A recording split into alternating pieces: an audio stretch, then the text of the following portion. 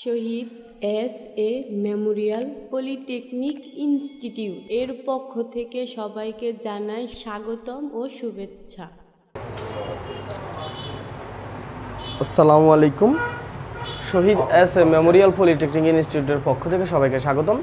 আপনাদের সাথে আছে আমি ইঞ্জিনিয়ার মোহাম্মদ রুহুল আমিন মানিক।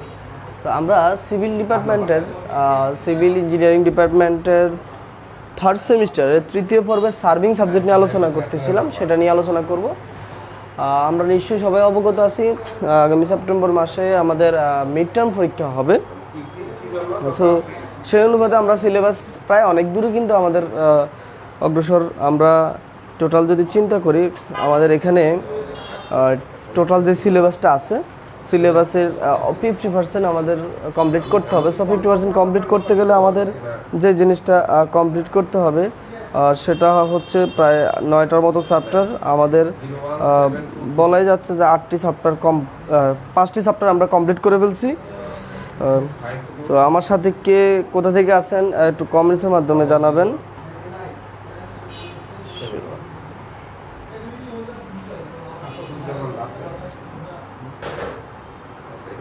ফেসবুক থেকে দিচ্ছেন না গ্রুপ থেকে? গ্রুপ।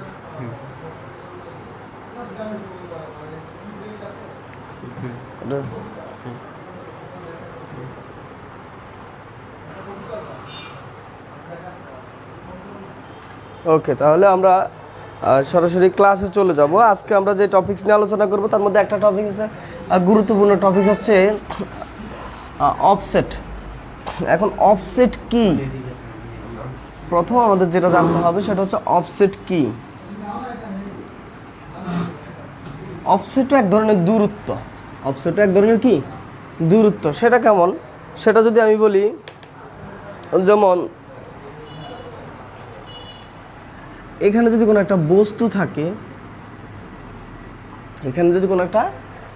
থাকে, আর আমরা যদি চিন্তা করি শিকল রেখা হতে ওই বস্তুটার দূরত্বকে, এখন শিকল রেখাটা যদি আমরা চিন্তা করি, এটা হইতে পারে শিকল রেখা, অথবা এটা হইতে পারে শিকল রেখা। এখন যদি এই দিকে হয় তাহলে এই বরাবর যে দূরত্বটা আছে সেটাকে অফসেট বলবো, অথবা এই দিকে যদি শিকল রেখা থাকে তাহলে এই দূরত্বটাকে অফসেট বলবো। আর যদি এটা শিকল রেখা হয় তাহলে এই দূরত্বটাকে অফসেট বলবো। আশা করি বুঝতে পারতেছি। মানে শিকল রেখার মধ্যে আমাদের যে অফসেটটা হবে, হ্যাঁ, খোরশেদ আলম ধন্যবাদ গাজীপুর থেকে। সো আমাদের সাথে আর কে জয়েন করতেছি সেটা কমেন্টসের মাধ্যমে জানাবো। সো আমরা আজকে চ্যাপ্টার হচ্ছে অফসেট। সার্ভিংয়ে অফসেট নিয়ে আজকে আলোচনা করব, চ্যাপ্টার 6। আমাদের মিড টার্মের কোশ্চেন যেটা হবে, প্রথম 8 থেকে 9টি চ্যাপ্টারের উপরেই হবে। সেক্ষেত্রে হচ্ছে আমি ক্লাসে যা আলোচনা করছি আশা করি তার ভিতরেই সম্পূর্ণ কোশ্চেন হবে। সো আপনারা ভালোভাবে প্রিপারেশন নেবেন, আশা করি খুব একটা সমস্যা হবে না। আমি বেসিক জিনিসগুলো আমার বিগত ক্লাসগুলো একটু দেখবেন। হ্যাঁ, আমাদের আজকের ক্লাসটা হচ্ছে অফসেটের উপরে ক্লাস। এর আগে আমরা 5টা ক্লাস নিয়েছিলাম, সেটা প্রাথমিক পর্যবেক্ষণ জরিপ, শিকল জরিপের কার্যপ্রণালী, তার পরবর্তীতে শিকল জরিপ কি, জরিপের ধারণা, শিকল জরিপের মূলনীতি, তারপর শিকল জরিপে ব্যবহৃত যন্ত্রপাতি, অপটিক্যাল স্কোয়ার, মানে এই 5টা চ্যাপ্টারের উপর আমরা আলোচনা করছিলাম। আবারও বলতেছি, আগে আমরা কোন 5টা চ্যাপ্টারের উপর আলোচনা করছি সেটা একটু দেখে নেই। সেটা হচ্ছে জরিপের ধারণা নিয়ে আমরা আলোচনা করছি চ্যাপ্টার 1-এ। চ্যাপ্টার 2-তে আমরা আলোচনা করছি শিকল জরিপের মূলনীতি নিয়ে আলোচনা করছি। চ্যাপ্টার 3-তে আমরা শিকল জরিপের ব্যবহৃত মুখ্য যন্ত্রপাতি নিয়ে আলোচনা করছি। চ্যাপ্টার 4-এ আমরা অপটিক্যাল স্কোয়ার নিয়ে আলোচনা করছি। আর পরবর্তীতে চ্যাপ্টার 5-এ আমরা শিকল জরিপের কার্যপ্রণালী নিয়ে আলোচনা করছি। আজ আমরা যেটা আলোচনা করব বা যেটা আলোচনা শুরু করছি সেটা হচ্ছে অফসেট নিয়ে আলোচনা। সো অফসেটে আমি বললাম যে শিকল রেখা হতে একটা বস্তুর দূরত্ব পর্যন্ত, একটা বস্তুর দূরত্বকে, যে দূরত্ব পাওয়া যাবে একটা বস্তু পর্যন্ত, সেই দূরত্বকে আমরা কি বলবো? সেই দূরত্বকে আমরা অফসেট বলবো। অফসেট বিভিন্ন প্রকার হয়ে থাকে। অফসেট হচ্ছে, যেমন আমরা যদি খোরশেদ আলম ভাই, আচ্ছা যাই হোক, অফসেট বিভিন্ন প্রকার হয়ে থাকে। অফসেট হচ্ছে 2 ধরনের হয় সেটা হচ্ছে দিক অনুসারে, সেটা হচ্ছে ডান অফসেট বাম অফসেট, ডান অফসেট বাম অফসেট। এখন ডান অফসেট কোনটা? শিকল রেখা হতে বাম দূরত্বে যে অফসেটটা থাকবে সেটাকে বলবো আমরা বাম অফসেট, আবার শিকল রেখা হতে ডান দিকের দূরত্বে যে অফসেটটা থাকবে সেটাকে বলবো আমরা ডান অফসেট। আবার বলতেছি শিকল রেখা হতে যদি বাম দিকে বস্তু থাকে তখন যে দূরত্বটা পাবো সেটাকে হচ্ছে বাম অফসেট বলবো। আবার শিকল রেখা হতে ডান দিকে যে বস্তুটা থাকবে তার যে দূরত্বটা থাকবে সেটাকে বলবো ডান অফসেট। তাহলে বাম অফসেট এবং ডান অফসেট সম্পর্কে আমরা একটা আইডিয়া পেয়ে গেলাম। আবারও বলতেছি শিকল রেখা হতে বামের কোনো বস্তুর দূরত্বকে বাম অফসেট বলে এবং শিকল রেখা হতে ডানের কোনো বস্তুর দূরত্বকে ডান অফসেট বলে। তাহলে আমরা অফসেট সম্পর্কে একটু আইডিয়া পেলাম। এবার হচ্ছে আমরা শর্ট অফসেট এবং লং অফসেট জানবো, অর্থাৎ আমরা দৈর্ঘ্য অনুসারে আমরা অফসেটকে আবার দুই ভাগে ভাগ করতে পারি। সেটা কি? সেটা হচ্ছে শর্ট অফসেট এবং লং অফসেট। তাহলে আমরা দুইটা জিনিস শিখলাম, একটা হচ্ছে প্রথম হচ্ছে শিখছি অফসেট কাকে বলে, দ্বিতীয়ত শিখছি হচ্ছে দিক অনুসারে অফসেট যে দুই প্রকার, বাম অফসেট এবং ডান অফসেট কোনটা কাকে বলে। এখন আমরা শিখবো শর্ট অফসেট কোনটা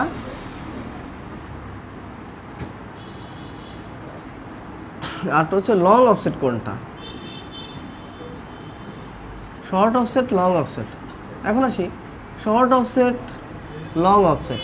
শর্ট অফসেট যদি আমরা বলতে যাই, শর্ট অফসেট হচ্ছে ওইটা যেটা হচ্ছে যার দৈর্ঘ্য সাধারণত 15 মিটার বা তার চেয়ে কম, যার দৈর্ঘ্য 15 মিটার বা তার চেয়ে কম তাকে আমরা বলবো শর্ট অফসেট। মানে জিনিসটা হচ্ছে এরকম যে 15 মিটারের কম অথবা সমান হচ্ছে শর্ট অফসেট। আর লং অফসেট কোনটা? লং অফসেট হচ্ছে যার দৈর্ঘ্য 15 মিটারের চাইতে বেশি। এখন আমরা অফসেট তো ছোট বড় অনেক হতে পারে, তো একটা নির্দিষ্ট রেঞ্জের ভিতরে রাখার জন্য বলা হয়েছে যে যদি 15 মিটারের কম হয় অথবা 15 মিটার সমান হয় সেটাকে আমরা বলবো শর্ট অফসেট। আর যদি 15 মিটারের বেশি হয় সেটাকে আমরা বলবো কি? Long offset. আশা করি সবাই বুঝতে পারছি। এবার আসি অফসেট শিকল বা ফিতার দৈর্ঘ্য কম হওয়া উচিত কেন। মানে অফসেটের শিকল বা যে ট্যাপটা দিয়ে আমরা অফসেটটা পরিমাপ করব তার দৈর্ঘ্য কম হওয়া উচিত কেন, কোশ্চেন হতে পারে। তো তার দৈর্ঘ্য কম হওয়ার কিছু নির্দিষ্ট কারণ আছে, সেটা যদি আমি বলি, অফসেট শিকল বা ফিতার দৈর্ঘ্য কম হলে দোলা দিয়ে সহজে লম্ব পাদুমূল নির্ণয় করা যায়। মানে জিনিসটা হচ্ছে আমরা যদি চিন্তা করি যখন একটা ট্যাপ হবে, বড় ট্যাপ দিয়ে কিন্তু আমরা লম্ব পাদুমূল নির্ণয় করাটা আমাদের জন্য একটু টাফ হয়ে যাবে। কিন্তু যখন এটা শর্ট অফসেট হবে অর্থাৎ দৈর্ঘ্য একটু কম হবে তখন কিন্তু সহজেই কিন্তু লম্ব পাদুমূল নির্ণয় করা যাবে। এবং অফসেটগুলো আমাদের যেহেতু অত বড় টাইপেরও হয় না, ছোট ছোট অফসেটই হয়, সেই ক্ষেত্রে হচ্ছে আমাদের অফসেট পরিমাপও কোনো ধরনের ঝামেলা হয় না। তাই আমরা বলতে পারি যে অফসেট পরিমাপে সাধারণত দৈর্ঘ্য কম, অর্থাৎ যেই ট্যাপটা ব্যবহার করা হয় বা ফিতাটা ব্যবহার করা হয় তার দৈর্ঘ্য কম হওয়া বাঞ্ছনীয় বা উচিত। আচ্ছা, অফসেট অপর একটা দিক দিয়ে যদি আমরা দেখি, মানে ঢাল অনুসারে বলি, তখন হচ্ছে অফসেট দুই প্রকার, একটা হচ্ছে লম্বিক অফসেট আর একটা হচ্ছে তির্যক অফসেট। এখন লম্বিক অফসেট কোনটা? লম্বিক অফসেট হচ্ছে অর্থাৎ অনেকটা পারপেন্ডিকুলার টাইপের আর কি, অর্থাৎ লম্বালম্বি যেটা হচ্ছে সে এখানে বস্তুটা আছে আর এটা শিকল রেখা, তাহলে এই যে অফসেটটাকে বলবো লম্বিক অফসেট। আর আবারও যদি বলি এখানে যদি বস্তুটা থাকে তাহলে এই তির্যকভাবে যেই ডিস্টেন্সটা আছে সেটাকে বলবো আমরা তির্যক অফসেট। তাহলে অনেকটা হচ্ছে ঢাল আকৃতির ক্ষেত্রে হচ্ছে দুই ধরনের আমরা বলতে পারি, সেটা হচ্ছে একটা হচ্ছে লম্বিক অফসেট আরটা হচ্ছে কি তির্যক অফসেট। তাহলে অফসেট আমরা একটা হচ্ছে দিক অনুসারে বাম অফসেট, ডান অফসেট, তারপরে বুঝেছি দৈর্ঘ্য অনুসারে শর্ট অফসেট, লং অফসেট, তারপরে এখন শিখলাম হচ্ছে ঢালের দিক বিবেচনা করে সেটা হচ্ছে লম্বিক অফসেট এবং তির্যক অফসেট। আচ্ছা, এর পরবর্তী কোশ্চেনটা বলছে যে শিকল রেখার দুই চেইনেজ হতে একই বিন্দুর দুটি তির্যক অফসেট নেওয়া হয় কেন। শিকল রেখার দুই চেইনেজ হতে একই বিন্দুর আমরা যদি বলি শিকল রেখার দুই চেইনেজ হতে একই বিন্দুর দুটি তির্যক অফসেট নেওয়া হয় কেন, সেটা নিয়ে আমরা একটু ব্যাখ্যা করার চেষ্টা করব। শিকল রেখার দুটি চেইনেজ হতে যথাক্রমে দুটি তির্যক অফসেটের সমান ব্যাসার্ধ নিয়ে বৃত্তচাপ অঙ্কন করে নকশায় বিন্দুটি চিহ্নিত করার জন্য দুটি তির্যক অফসেট নেওয়া হয়। কথাটা কি বলছে যে আমরা যখন শিকল রেখার দুটি চেইনের সাহায্যে একটা কী করবো, দুটো বৃত্তচাপ আঁকবো, আর বৃত্তচাপ আঁকার পরে আমরা ওই নকশা বিন্দুটি চিহ্নিত করার জন্য আমরা সাধারণত তির্যক অফসেট নিব। আচ্ছা, এর পরবর্তীতে আরেকটা কোশ্চেন নিয়ে যদি একটু ব্যাখ্যা করার চেষ্টা করি, সেটা হচ্ছে অফসেট কেন নেওয়া হয়। যে অফসেট নিয়ে তো আলোচনা, এই অফসেটটা কেন নেওয়া হয়। তো অফসেট নকশায় জরিপতব্য এলাকার বিস্তারিত তথ্যাদি যথাযথভাবে যথার্থ অবস্থানে আঁকার জন্য অফসেট নেওয়া হয়। এটা খুব কমন কথা। অফসেট মানে কি? পরিমাপ নেওয়া। তো পরিমাপটা কেন নিব? কারণ হচ্ছে আমি একটা বস্তু কোথায় আছে, কিভাবে আছে, কোন স্টেশন থেকে কত দূরত্ব আছে, সে এখানে বস্তুটা আছে।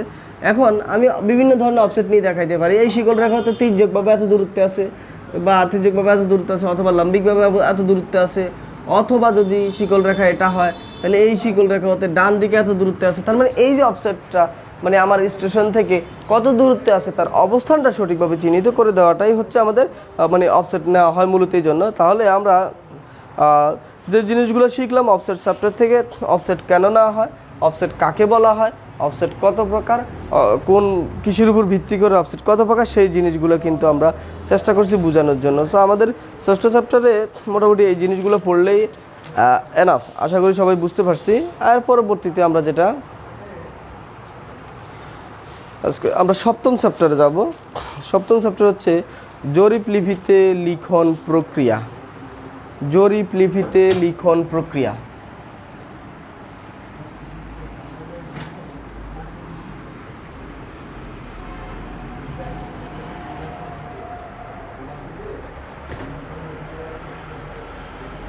আচ্ছা, ফিল্ড বুক। আমরা এখন সপ্তম চ্যাপ্টারে যাব।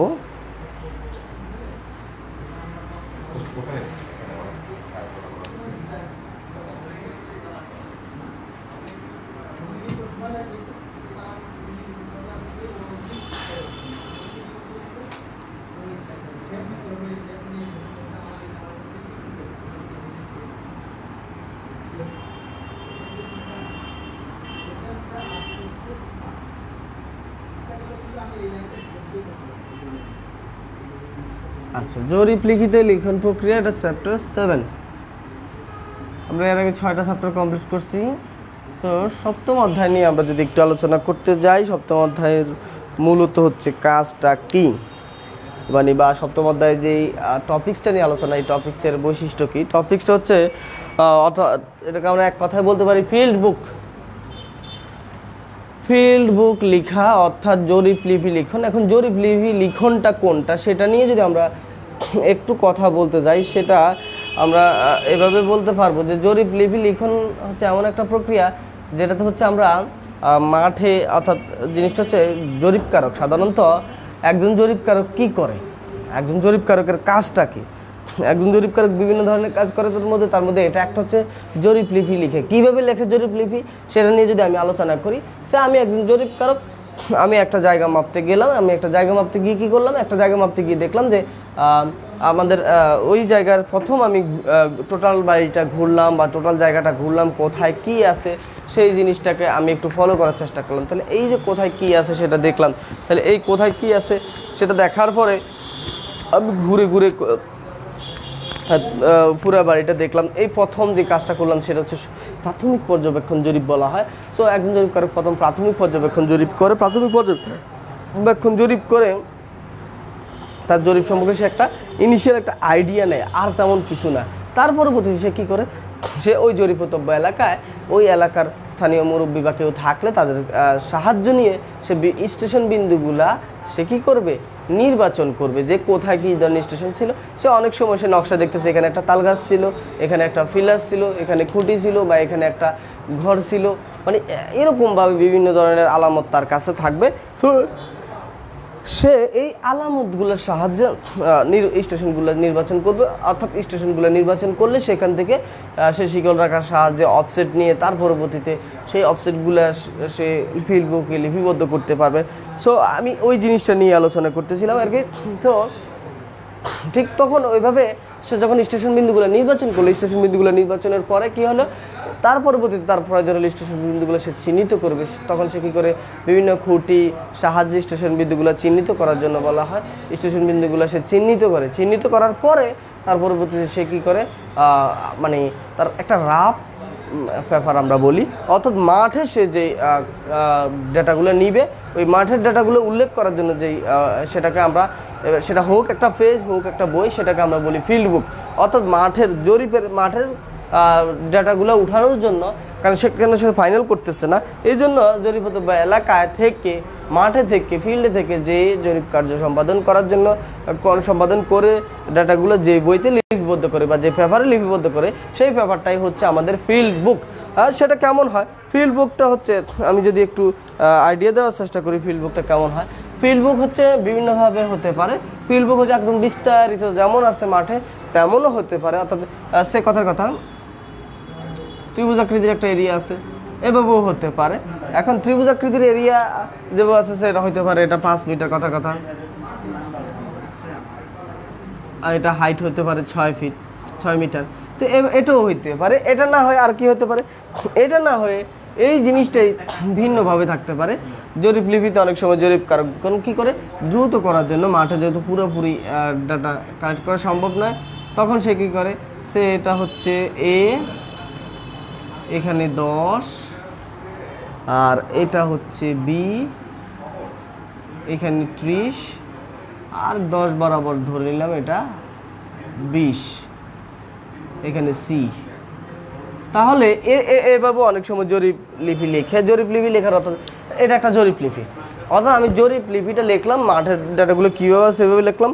এখন বাসায় এসে বা অফিসে এসে আমি ওয়ার্ক স্টেশনে এসে আমি কিন্তু এটাকে এবার কী করতে পারি, মাঠে কীভাবে আছে সেই জিনিসটা আঁকতে পারি। যেমন এটা হচ্ছে এ, এটা হচ্ছে বি, আর এটা যদি বলি এ হচ্ছে 0-তে, বি হচ্ছে একদম সর্বোচ্চ পর্যায়ে, আর এখানে যদি হয় 10, তাহলে এটা হচ্ছে 10। এই 10 বরাবর ডান দিকে আছে 20 দূরত্বে গিয়ে সি।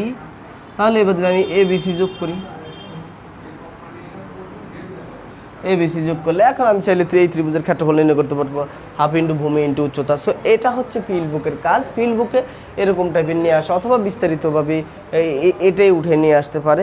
তাহলে আমরা ফিল্ড বুকের সাহায্যে কি করতে পারি, ফিল্ড বুকের সাহায্যে মাঠ থেকে যে আমাদের ডেটাগুলো পাওয়া যাবে সেগুলো আমরা সংগ্রহ করে আনতে পারি। আচ্ছা, এখন আমরা যদি জরিপ লিপি সম্পর্কে আরও একটু বিস্তারিত পড়ি। জরিপ লিপিটা আসলে বলতে কী বোঝায়, বা যদি আমরা বলছে শিকল জরিপে কালে সরজমিনে প্রাপ্ত মাপযোগ, শিকল জরিপ কালে সরজমিনে প্রাপ্ত মাপযোগ যে বইতে নিয়মতান্ত্রিকভাবে লিপিবদ্ধ করা হয় সেই বইটা হচ্ছে জরিপ লিপি। আবার বলতেছি, শিকল জরিপের সময় সরজমিনে যে আমরা মাপযোগ করব সেই মাপগুলা যে বইটাতে যে পেপারটাতে লিপিবদ্ধ করব নিয়মতান্ত্রিকভাবে, এইটাই যেমন এটা নিয়মতান্ত্রিকভাবে লিপিবদ্ধ করা, এই জিনিসটাকে আমরা বলবো কি, এই জিনিসটাকে বলবো আমরা জরিপ লিপি, আবার ইংলিশে বলা হয় ফিল্ড বুক। ঠিক আছে, জরিপ লিপি বা ফিল্ড বুক। এখন জরিপ লিপি নিচের দিক হতে উপরের দিকে কেন লেখা হয়? প্রশ্ন, জরিপ লিপি কেন নিচের দিকে হতে উপরের দিকে লেখা হয়? যেমন আমি এ কিন্তু নিচে লিখছি, বি কিন্তু উপরে লিখছি, তার মানে জরিপ লিপি কিন্তু নিচের দিক থেকে উপর দিকে লেখা হয়। কেন লেখা হয় সেটা অনেক সময় কোশ্চেন হতে পারে। সেটা হচ্ছে জরিপ লিপিতে নিচের দিকে হতে উপরের দিকে লিখলে পরিমাপে অগ্রসরের সাথে সাথে অগ্রগামী হয়ে লেখা সহজ এবং ভুল হওয়ার সম্ভাবনা কম থাকে। একটা জিনিস একটু বোঝার চেষ্টা করেন, আমি আস্তে আস্তে যদি আমি নিচ থেকে উপরের দিকে উঠি তাহলে আমাদের সুবিধাটা কি, পরিমাপ করতে সহজ, লিখতে সহজ। কারণ আমার যদি হয় কি, আমি যদি উপর দিক থেকে নিচের দিকে আসি বা ডান দিক থেকে বাম দিক থেকে আসি, তখন আমার জরিপ লিপিতে একটা ফ্যাস লেগে যাওয়ার সম্ভাবনা থাকবে। সেক্ষেত্রে আমি ধীরস্থিরভাবে নিচ থেকে উপর দিকে গেলে তখন আঁকতে যেমন সুবিধা, লিখতে তেমন সুবিধা। আশা করি বুঝতে পারছি, এটাই বলছে। আর পরবর্তীতে আসি, বলছে জরিপ লিপি মাঠেই লেখে শেষ করা হয় কেন, এটা কোশ্চেন। আচ্ছা, জরিপ লিপি মাঠেই লেখে শেষ করার কারণটা কি সেটা তো আমরা বুঝতে পারতেছি। জরিপ লিপি মাঠে লেখা শেষ করার স্পেশাল কারণ হচ্ছে কি, কারণ মাঠের কাজ তো মাঠেই শেষ করতে হবে, ঠিক না? এখন মাঠে আমি জরিপের ডাটাগুলো কালেক্ট করতেছি, এটা তো আমার মুখস্থ করে নেওয়া সম্ভব না, বা নিলেও আমি ভুলে যাওয়ার সম্ভাবনা থাকবে, তখন পরিমাপে ভুল ত্রুটি হয়ে দেখা যাওয়ার সম্ভাবনা থাকবে। সেক্ষেত্রে হচ্ছে আমি মাঠের যে ডাটা কালেক্ট করছি সেটা হচ্ছে মাঠে যেই জরিপ লিপিতে লিখে দেওয়াটাই উত্তম কাজ। আশা করি সবাই এতটুকু বুঝতে পারছি। এখন জরিপলিপি মাঠে লিখে শেষ করলে কোনো তথ্য বাদ পড়ার সম্ভাবনা থাকে না, প্রয়োজনে যে কোনো পরিমাপ যাচাই করে নেওয়া যায়। একটা পরিমাপ যদি আমাদের ভুলও হয়ে যায় তাহলে আমরা পরিমাপটা আবার চাইলে রিচেক করে নিতে পারবো। সেটা হচ্ছে জরিপলিপি মাঠে শেষ হওয়ার স্পেসিফিক কারণ এবং স্পেশাল কারণ। আশা করি সবাই বুঝতে পারছি। এবার আসি অগ্রগামীমুখী হয়ে জরিপলিপি লেখা হয় কেন? অগ্রগামীমুখী হয়ে জরিপলিপি লেখা হয় কেন? অগ্রগামীমুখী হয়ে জরিপলিপি লিখলে সরাসরি ডানের অফসেট ডানে এবং বামের অফসেট বামে বসানো সহজ হয়, সেটাই আর কি। অগ্রগামী মানে উপরের দিকে মুখী হয়ে আমি কিভাবে লিখবো, তখন আমি দেখি ডানের অফসেট ডানে লিখছি, বামের অফসেট আমি বামে লিখতে পারবো। এটা হলো আমাদের সবচেয়ে বড় সুবিধাটা। হ্যাঁ, তাহলে আমরা জরিপলিপির এটা আমাদের একটা মূল বৈশিষ্ট্য। ডানের অফসেট ডানে লিখতে পারবো, বামের অফসেট বামে লিখতে পারবো।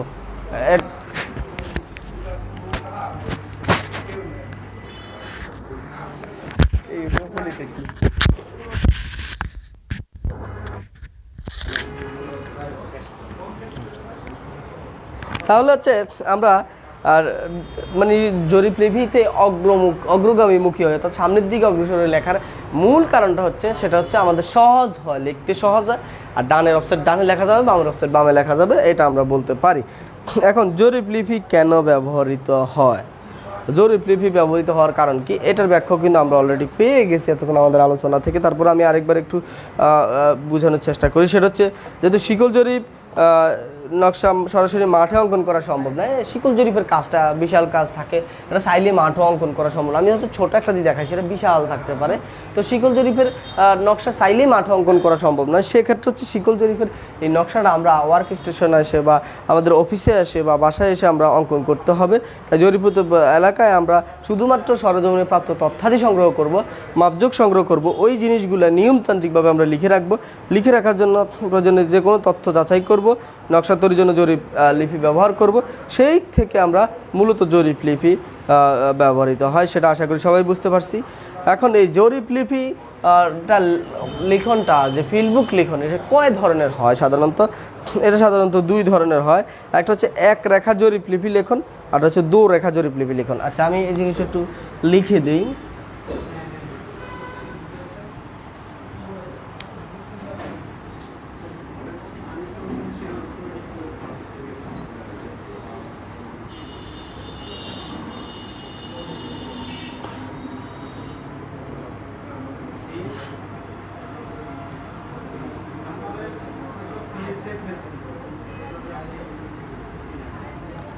সেটা হচ্ছে এক রেখা জরিপ লিপি লিখন।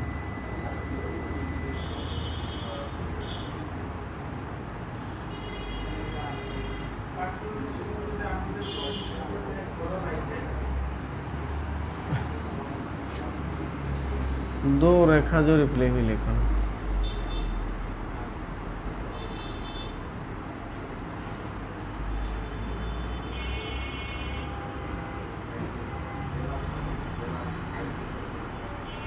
আচ্ছা, এক রেখা জরিপ লিপি লিখন, দু রেখা জরিপ লিপি লিখন। আচ্ছা, তাহলে জরিপ লিপি সাধারণত দুই পদ্ধতিতে লেখা হয়, দুই ধরনের। সেটা হচ্ছে এক রেখা জরিপ লিপি লিখন, দুই রেখা জরিপ লিপি লিখন, দু রেখা। আচ্ছা, এই এক রেখা দু রেখা চেনার উপায়টা কি, মানে এটা কিভাবে চিনব? সেটা হচ্ছে যে জরিপ লিপিতে মাঝ বরাবর একটি হালকা লাল রেখা থাকে, যে জরিপ লিপিতে মাঝ বরাবর একটা হালকা লাল রেখা থাকবে সেটাকে আমরা বলবো এক রেখা জরিপ লিপি। অর্থাৎ জিনিসটা হচ্ছে, আমি যদি একটু আঁকার চেষ্টা করি, এই মধ্যখানে যদিও লাল কালারের মার্কার নাই আমার কাছে আপাতত, তাহলে আমি দেখাতে পারতাম। এই মধ্যখানে হালকা লাল কালার, এটা হচ্ছে হালকা লাল মধ্যখানেরটা। তাহলে এই হালকা লাল কালারের একটা রেখা থাকবে, সেটা যদি থাকে সেটাকে আমরা বলতে পারবো, যেমন এটা সাইজ থাকবে একটা 120 মিলিমিটার বাই 200 মিলিমিটার, এরকম একটা জরিপ লিপির একটা পেজের মধ্যখানে একটা লাল রেখা থাকবে। ওই লাল রেখা থাকলে সেটাকে আমরা বলবো কি, এক রেখা জরিপ লিপি। আর দু রেখা জরিপ লিপি হচ্ছে যে জিনিসটা, সেটা হচ্ছে যে জরিপ লিপিতে মাঝ বরাবর 1.5 থেকে 2 সেন্টিমিটার দূরে দুটি নীল রেখা টানা থাকে। কত? 1.5 থেকে 2 সেন্টিমিটার দূরে দুটি নীল রেখা থাকে। যেমন সেটা যদি আমরা বলি, এটা যদি আমাদের ফিল্ড বুক হয় সেটা 200 মিলিমিটার, সরি এটাকে আমরা বলতে পারি 120 মিলিমিটার বলি, হ্যাঁ এটা 120 মিলিমিটার, আর এটাকে বলি আমরা 200 মিলিমিটার, মিলিমিটারে লিখতে চাচ্ছি। আর 1.5 থেকে 2 সেন্টিমিটার দূরত্ব যদি দুইটা কি থাকে, হালকা নীল রেখা থাকে, তাহলে 1.5 থেকে 2 সেন্টিমিটার, তাহলে এই যে মধ্যখানে জায়গাটা এটা হচ্ছে 15 মিলিমিটার টু 20 মিলিমিটার, যেহেতু 1.5 থেকে 2 সেন্টিমিটার। আর এটা নীল, এটাও নীল, অর্থাৎ দুইটা নীল রেখা থাকবে, সেটা হচ্ছে দো জরিপ রেখা। আমি আবারও বলতেছি, যদি একটা জরিপ রেখা থাকে সেটা হচ্ছে কি এক জরিপ রেখা, তো একটা সেটা লাল হইতে হবে। একটা রেখা যদি লাল হয়, যেমন এটা হচ্ছে রেড লাইন, ঠিক আছে, আর এটা হচ্ছে ব্লু, এটাও ব্লু, এটাও ব্লু, এই রেখাটা ব্লু অথবা এই রেখাটা ব্লু, মানে এই দুইটা রেখা ব্লু হবে, যেটা 1.5 থেকে 2 সেন্টিমিটার ডিস্টেন্সে থাকবে সেটাকে আমরা দূর রেখা জরিপ লিপি বলবো। আর যেটাতে রেড লাইন থাকবে একটা মাত্র, সেটাকে আমরা এক রেখা জরিপ লাইন বলবো। আশা করি সবাই বুঝতে পারছি। সো আমাদের এটা ইংলিশে যদি আমরা বলি single line and double line field book, so single line double line field বুক যদি আমরা বলি, আমরা কিন্তু এটাকে এমনভাবেই সংজ্ঞায়িত করতে পারি। তাহলে আমাদের আজকে আমরা দুইটা চ্যাপ্টার নিয়ে আলোচনা করছি। দুইটা চ্যাপ্টারে আমরা টোটাল একটা হচ্ছে অফসেট, আর হচ্ছে আমরা যদি বলি সেটা হচ্ছে জরিপ লিপিতে লিপিবদ্ধকরণ। সো আমাদের দুইটা চ্যাপ্টার বাকি আছে আমাদের হচ্ছে মিড টার্মের। ওই দুইটা চ্যাপ্টার আমরা শেষ করতে পারলে আমরা মিড টার্মের সিলেবাস কভার করবো ইনশাল্লাহ। তার পরবর্তীতে এই 9 চ্যাপ্টারের উপরে একটা রিভিশন ক্লাস হবে, সেটার উপরে আমাদের আগামী মিড টার্ম পরীক্ষা হবে ইনশাল্লাহ। তাহলে আমি যদি এখন আপনাদেরকে একটু ক্লিয়ার করার চেষ্টা করি, আমরা আজকে যে দুইটা চ্যাপ্টার আলোচনা করছি সেই দুইটা চ্যাপ্টার কী কী, একটা হচ্ছে অফসেট, আরেকটা হচ্ছে জরিপ লিপিতে লিপিবদ্ধকরণ। এই দুইটা চ্যাপ্টার নিয়ে আমরা আলোচনা করছি। সো চ্যাপ্টার 6 এবং চ্যাপ্টার 7 নিয়ে আলোচনা করছি। এগুলো ছোটো ছোটো চ্যাপ্টার, অনেক ছোটো ছোটো চ্যাপ্টার। তো চ্যাপ্টার 6 থেকে আমরা যে জিনিসগুলো আলোচনা করার চেষ্টা করছি সেটা হচ্ছে অফসেট কী, অফসেট কেন দেওয়া হয়, হ্যাঁ আমরা যে জিনিসগুলো পড়বো একটু মনোযোগ সহকারে একটু দেখে নিই। অফসেট কী, অফসেট কেন দেওয়া হয়, অফসেট কত প্রকার, এর পরবর্তীতে আরও যদি বলি অফসেট কত প্রকার, এর পরবর্তীতে অফসেটের মানে দৈর্ঘ্য কম হওয়া উচিত কেন, এই জাতীয় জিনিসগুলো, অফসেট সম্পর্কে, লম্বা অফসেট সম্পর্কে কিছু লিখতে, ত্রিজ্য অফসেট সম্পর্কে কিছু বর্ণনা, আস্তে আস্তে আমরা এই জিনিসগুলো কিন্তু দেওয়ার চেষ্টা করেছি। তাহলে এই জিনিসগুলো সবাই একটু ভালোভাবে পড়বো। তার পরবর্তীতে আমরা যেটা জরিপ লিপিতে লিখন সেটাতে যেটা আমরা আলোচনা করছি, জরিপ লিপিতে লিখন আলোচনায় আমরা যে জিনিসটা মূলত বোঝানোর চেষ্টা করছি সেটা হচ্ছে আমরা প্রথম শিখছি যে জরিপ লিপি কখন করা হয়, জরিপ লিপি লিপিবদ্ধ কখন করা হয়, কেন করা হয়, কোথায় করা হয়, জরিপ লিপি লিপিবদ্ধকরণের উদ্দেশ্য কী। তা এর পরবর্তীতে আমরা বিস্তারিতভাবে যদি বলছি, জরিপ লিপির ডেফিনেশনটা শিখছি, জরিপ লিপি কোন দিক হতে কোন দিকে লেখা হয়, কেন নিজ দিক থেকে উপরের দিকে লেখা হয়, কেন অগ্রগামীমুখী হয়ে লেখা হয় জরিপ লিপি মাঠেই কেন শেষ করতে হয়, সেই জিনিসটা নিয়ে আমরা আলোচনা করার চেষ্টা করছি। আর পরবর্তীতে অগ্রগামীমুখী জরিপ লিপি কেন করা হয় আর সেটা সম্পর্কে আমরা আলোচনা করছি। আমরা আলোচনা করছি জরিপ লিপির প্রকারভেদ, কয় ধরনের জরিপ লিপি হয়, সেটা হচ্ছে এক রেখা জরিপ লিপি, দু রেখা জরিপ লিপি লিখন। এখন এক রেখা জরিপ লিপি সম্পর্কে আমরা বিস্তারিত ফিগারের মাধ্যমে বোঝানোর চেষ্টা করছি, দু রেখা জরিপ লিপিটাও আমরা ফিগারের মাধ্যমে বোঝানোর চেষ্টা করছি। এক রেখা জরিপ লিপিতে কী থাকে, মধ্যখানে একটা লাল রেখা থাকে, রেড রেখা থাকতে হবে। আর দু রেখা জরিপ রেখার মাঝে সাধারণত 15 থেকে 20 মিলিমিটারের থাকে, অথবা 1.5 থেকে 2 সেন্টিমিটারের যে পার্থক্যের মাঝে আমাদের দুইটা, সেটা হচ্ছে ব্লু রেখা অর্থাৎ নীল রেখা থাকতে হবে, তখন আমরা সেই রেখাকে দু রেখা জরিপ লিপি বলতে পারবো। এভাবে আমরা এক রেখা জরিপ লিপি এবং দু রেখা জরিপ লিপি সম্পর্কে আমরা আইডিয়া দেওয়ার চেষ্টা করছি। সো এখন এগুলোকে সিঙ্গেল লাইন এবং ডাবল লাইন ফিল্ড বুকও বলা হয়।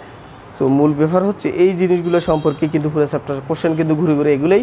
তো আমরা পরবর্তী ক্লাসে, আগামী ক্লাসে যেটা আলোচনা করবো ইনশাল্লাহ, আগামী ক্লাসে শিকল জরিপে কী ধরনের বাধা বিপত্তি আসতে পারে, শিকল জরিপের বাধা বিপত্তি সংক্রান্ত আলোচনা করব।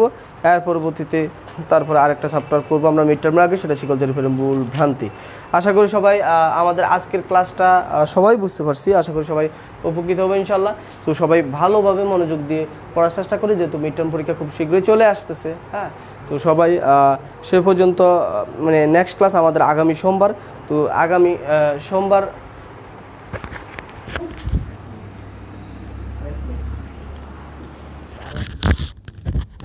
তো নেক্সট ক্লাস আগামী সোমবার।